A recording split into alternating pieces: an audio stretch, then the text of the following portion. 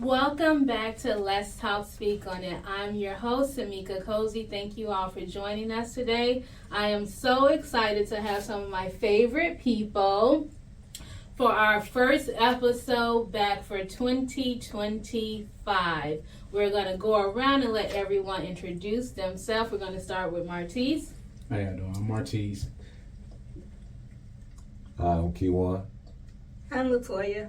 I'm Coach Scott, or T. Archer Scott. Nice to meet you. These are some of my favorite people, and today what we are going to be discussing is mental health and the conditions in the world right now and how it impacts your mental health, and then also ways to find balance. So I know some of them have been on our show previously. So Latoya has been on our show discussing her challenges and obstacles that she has faced with lupus. And also we've had Kejuan on there to perform. So before we talk, how has everything been going for you, Toya? Everything's been going pretty okay. I've started a new medication and hopefully it works, and the kids and husband are doing great. Awesome, good to hear. How about you, Kejuan? This was our performer, guys. Yeah, not really working on music right now, but should get back into it. But I've been doing well. Just working on myself, really, rebranding and recollecting myself, getting my mind back sharp and focused for the future to come.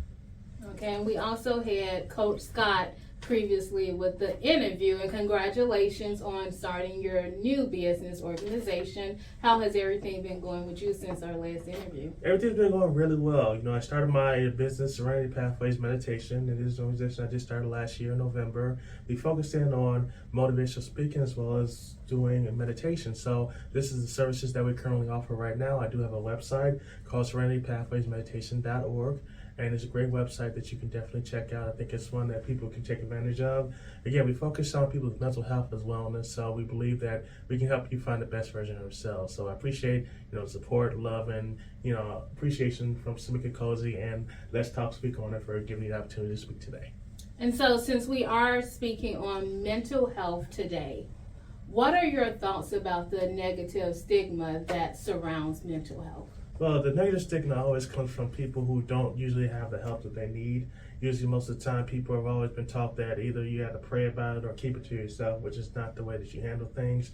A lot of times, people actually need to talk to people about what's going on, and if need be, get medications to help them deal with it. And if you aren't getting that type of help, you definitely need to seek it out. There are free places that you can go to that do offer medications, or so to say therapy, and people that you can speak to that will really help you try to figure out what you have going on, how you get yourself into a better place. Okay, so I want to stay here for a moment because you mentioned two things. You mentioned therapy and you also mentioned medication. So I know for myself personally, medication is typically like a last resort. And so making sure going to therapy first. How does everyone else feel about like medication versus the need for therapy also? Me personally, because I'm just finishing up therapy, group therapy, I think that therapy and medication, depending on the circumstances, kind of go hand in hand, because I was dealing with like grief, and I was self-harming to deal with that grief, like not taking my medicine, which is making my lupus worse.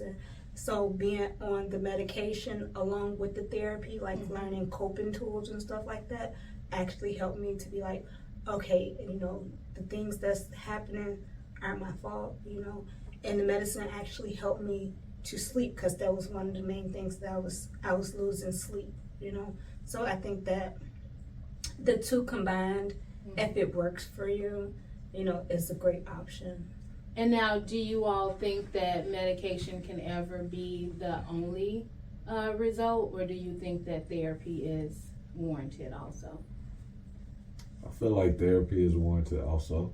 I think it would be good to, speak to someone that isn't a person that you speak to all the time, just to get that just to, you know, express yourself and then just see what a different opinion is from a person that's not as close to you or would, you know, just side with you and be your yes person.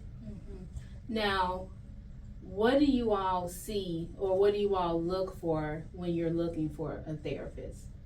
Because sometimes people have a difficult time trying to find a therapist because we're often looking for a therapist who can relate to us. I know you mentioned that you were in group therapy, Yes. right? And so was it difficult to locate a therapist who was going to work for you? So with group therapy, I actually got the referral from my lupus doctor.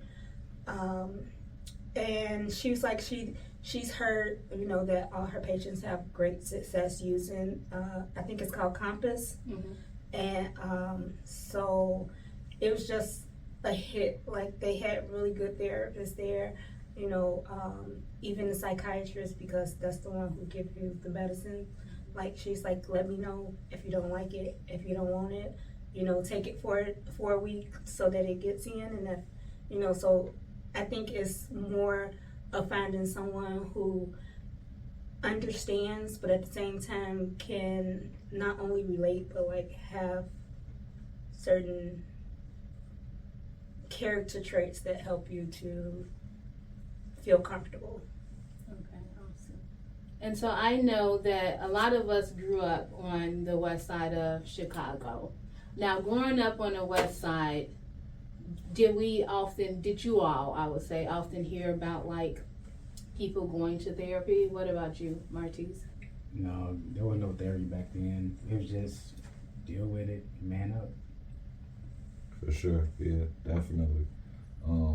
Not too many male figures in my life, but just what I've seen around and the stigma of how a man is supposed to handle, you know, depression, anxiety, and all of those things that come into, you know, having that battle with your mental health. Yeah, it's not too much that goes on besides just, you know, trying to fight through it. I want to stay here for a moment. Okay. Because even with myself or being an educator and working with boys are often told, boys don't cry, don't be sensitive, don't be soft. They can't have emotions. And then often when we look on, like with celebrities and things like that, when they do show their emotions, when they are making videos and they're crying and displaying their emotions, they are often attacked, right? There's this negative perception of men shouldn't cry. How do you all feel about that? Well, usually most of the time you feel like people are just shunning you when they shouldn't be shunning you. Things like that are understandable because we're all human. We all grieve in our own ways and we all have to grieve. Now, a lot of times people assume that when you're grieving on TV or you're grieving on social media, it's usually something along the lines of people who are just looking for attention about things, as opposed to actually grieving in, you know, private, where sometimes it's like you don't always need an audience to grieve for what's going on. But sometimes it's good to have the support of your community, to know that people are behind you, that back you, and people understand what you're going through. Because 9 times out of 10, something that you're going through, somebody else has been through or going through it currently right now. And sometimes they look to you as a celebrity or a person who's influencing them to kind of show them the way about how to deal with certain topics. And Toya, I know you are raising a son. I am. So how do you go in the state of our world today, raising not just a son, but a son who's going to grow up to be a black male and a black man?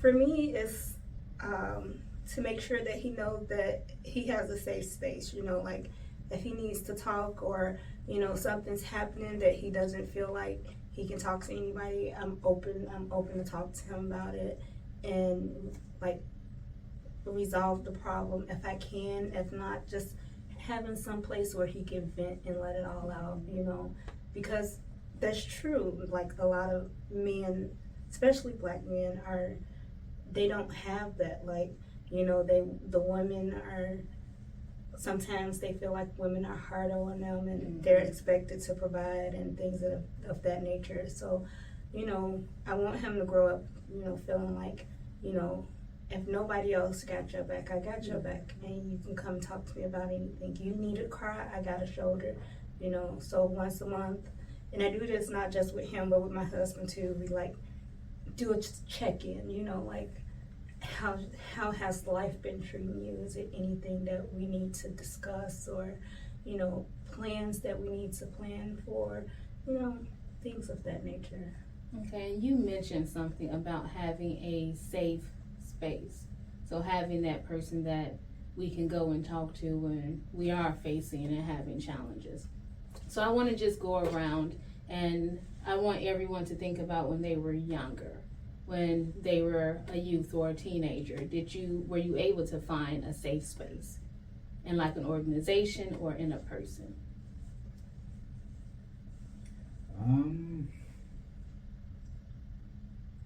Maybe when going to the gym, you know, that helps clear your mind. Okay. So going to the gym, working out. For me, I was a part of an organization called Brotherhood in my high school. So I was a participant of that organization for the 4 years I was in high school. So that was a safe space with the leadership team that was there. And also found time later on, like my junior, senior year, to talk to like counselors if I needed to. I was a part of a journalism program as well. So shout out Miss Comfort, Katie Comfort. She was also a safe space for me to, you know, come and express, you know, what I was dealing with outside of coming to school every day. And did you feel that journaling also helps you? It did. Journaling and interviewing, that's where I felt my love for it. Just being a part of her classroom, having that as a requirement for graduating, led me to join the journalism team. I got to, you know, go to some conventions, got to go to some conferences. It was a fun experience, and it took me out of the realm of what was happening in my life, and just, you know, helped me like escape that for that moment and enjoy what the future could be for me as a journalist. Okay.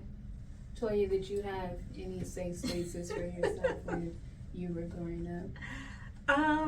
I can't say that I did.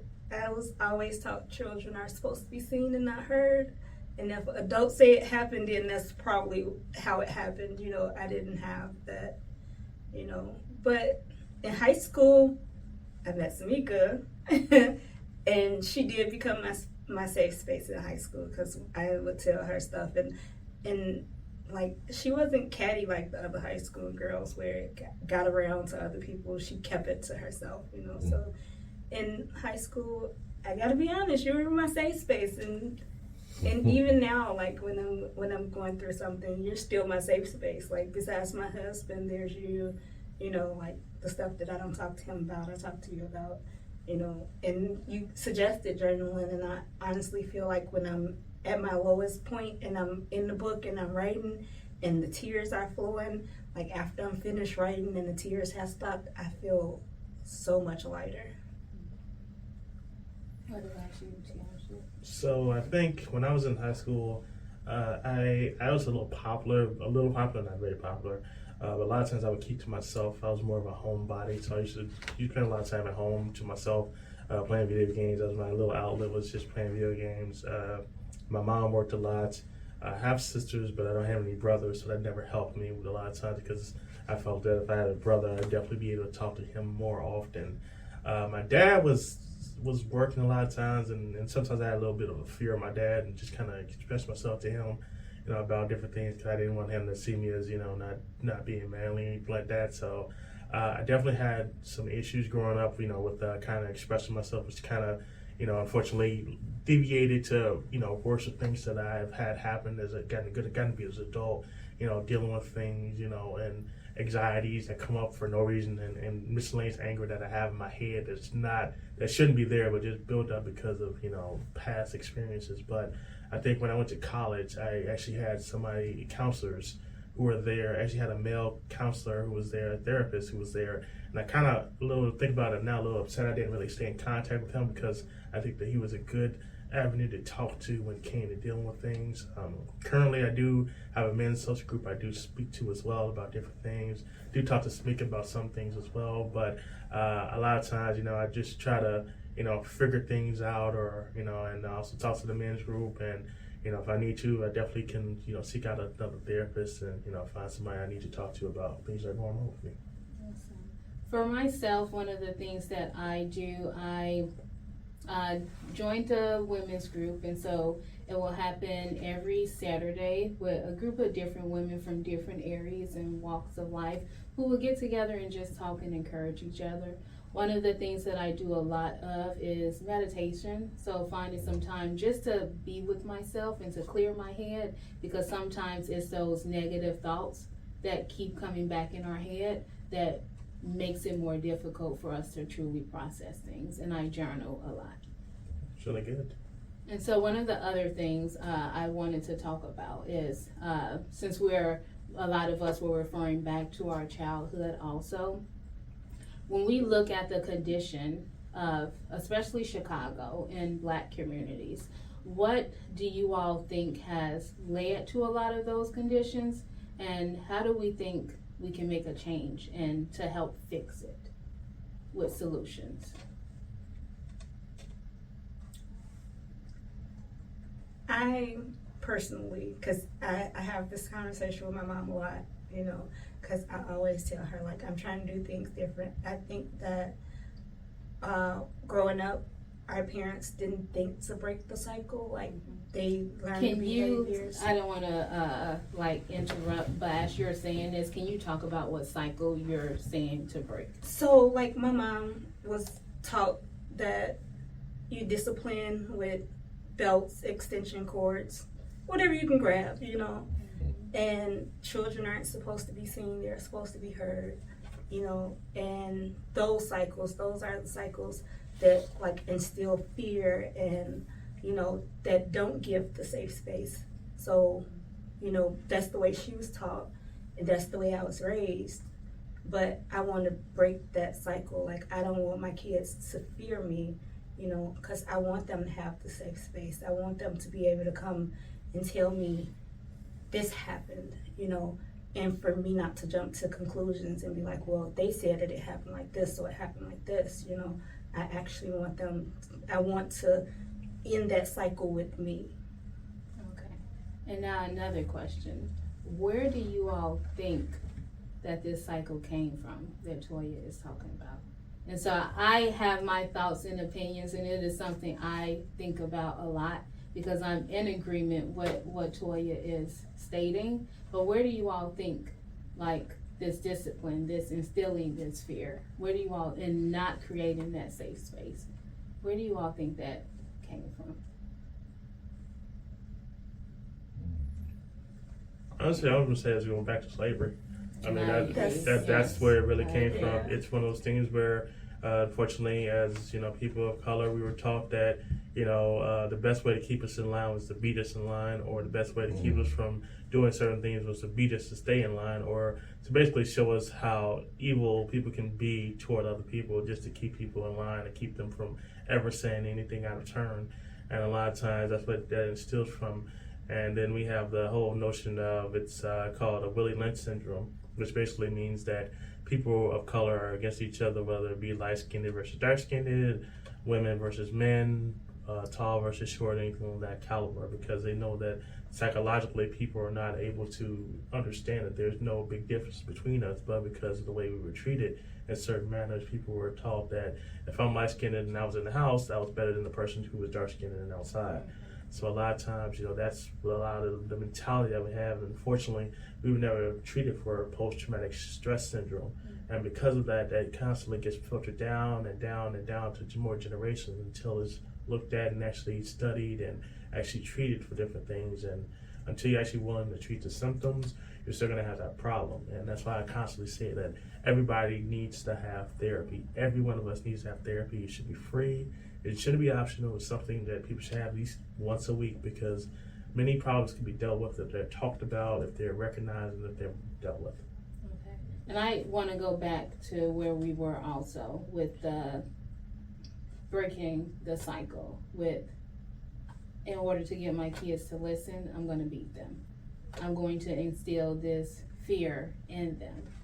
And so we are all in agreement, but first I want to make sure we're all in agreement. Do you two think that it also stems from slavery? It probably goes back further because, you read the Art of War, it says when they pillage the village, you kill the men and you lead the women to put fear in the child that they will come back. So it goes back further than slavery. They just rebranded it for slavery. But another thing is there's no more family, like togetherness. The big mama or the grandma used to have all the kids together and on Sundays and stuff like that. I think that's hurting too. Yes, I agree. I agree too. Now I am learning something new because, I didn't know that. How you say it goes further back beyond slavery, or that it started from slavery. For me, I would just think like, it just comes from what we were taught. If you weren't, taught if my mother wasn't taught from her mother, how to handle the way, her children should be treated, then, those things that we're talking about right now are going to continue and be passed down, and nobody's going to want to break that cycle because it necessarily that discipline worked though, because in a sense, the discipline that I was given as a kid, as a teenager, like it made me the person I am today, and I can continue to become greater. But at the same time, I know there's other art forms of discipline that can be provided to the next generation that I will be able to create that, where I don't have to, look back at how I was disciplined as a kid, where I can choose a different way to go about it, and, hoping willingly that it does work in a different light. Okay. And now, Toya, I know that you mentioned breaking the cycle. So when you hear Kejuan saying that for him, the discipline that was given, it worked, what are your thoughts? So I would agree, it worked. It instilled a good enough amount of fear, but who wants that? Like, say for instance, true story.